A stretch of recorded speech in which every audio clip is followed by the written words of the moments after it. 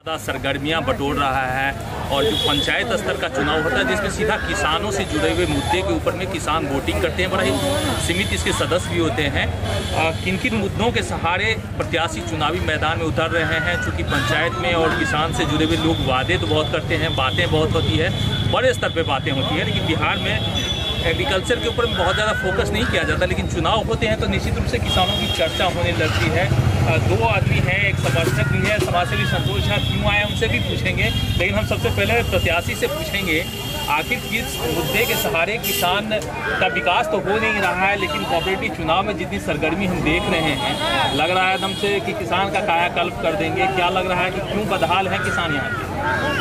जी किसान तो बहुत माने बदहाल है, लेकिन किसान का हो रहा है। जैसे सरकार की जो भी योजनाएं हैं वो तो है मान चल रही है।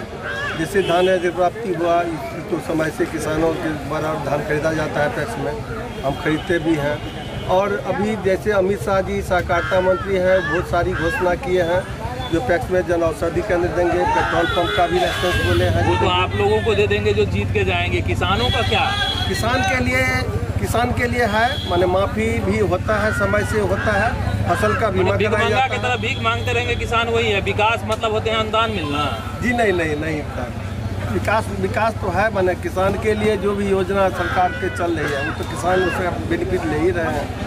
तो क्या आपको लगता है कि क्या ऐसा किया जाना चाहिए ग्रामीण सेक्टर में जिससे कि किसान का विकास हो? कोऑपरेटिव का जुड़ाव सीधा किसानों से है, दूसरा कोई उसका काम नहीं है। मेन किसान को विकास करना, किसान के डेवलपमेंट के ऊपर में काम करना। क्या ऐसा काम करना चाहिए जिससे किसान का विकास हो?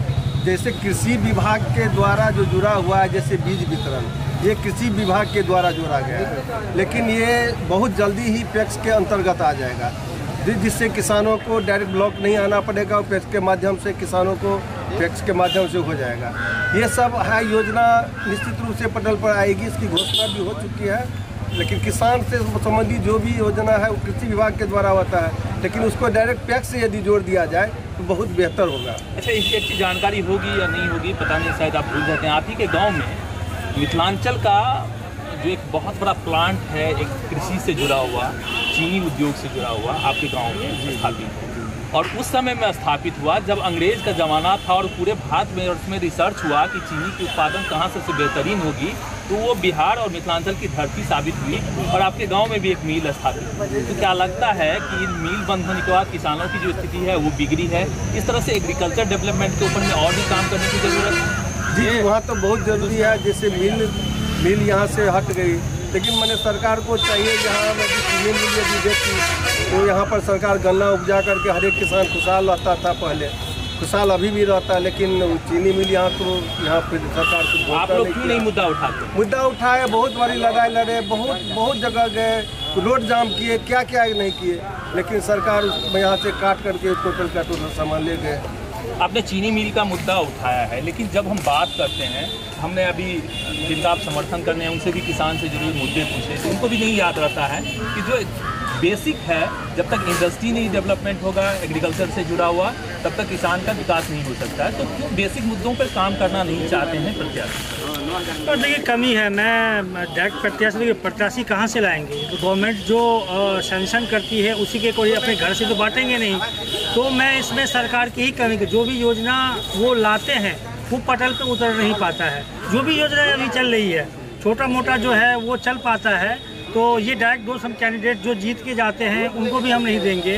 जो ऊपर की जो व्यवस्थाएं हैं, ऊपर से ही कमी आती है, तो उस व्यवस्था को ठीक से करने के लिए उसके लिए आंदोलन करना पड़ेगा।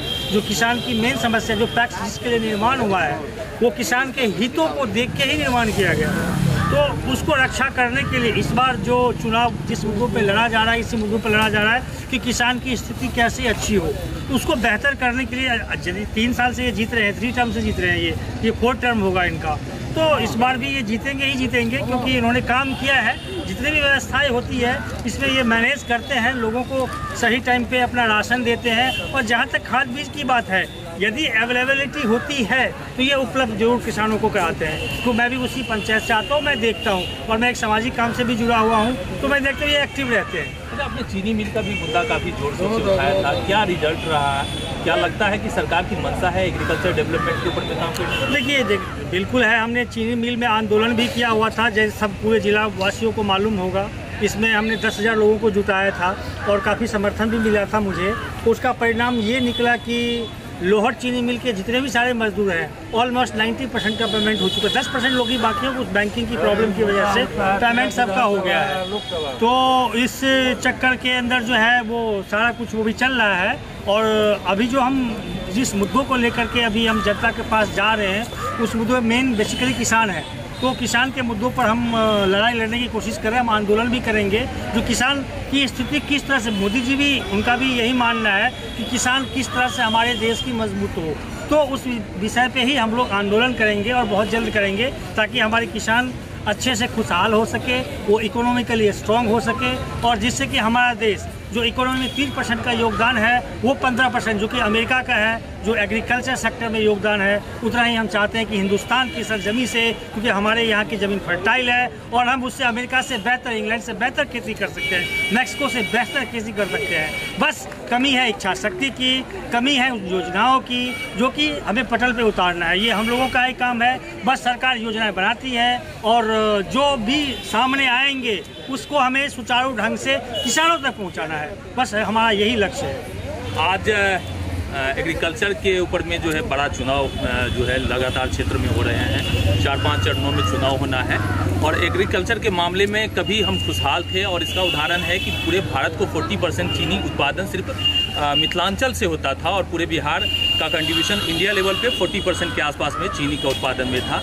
कपास की उत्पादन भी हमारी बहुत बढ़िया थी, लेकिन धीरे धीरे एग्रीकल्चर का जो है वो गिरता गया, जो नगद जो एग्रीकल्चर कहते हैं वो कम होता गया, और जिस कारण से किसान जो है पलायन पे मजबूर हो गए। हालांकि देखना होगा कि ज़मीनी स्तर से कितना किसानों का मुद्दा उठ पाता है, कितना किसानों के हित में काम हो पाता है, ये आने वाला वक्त देगा। फिलहाल कोऑपरेटिव चुनाव की जो सरगर्मी है वो काफ़ी तेज़ है, और सभी प्रत्याशी अपनी जीत का दावा ठोक रहे हैं। मिलेंगे अगले वीडियो में, तब तक के लिए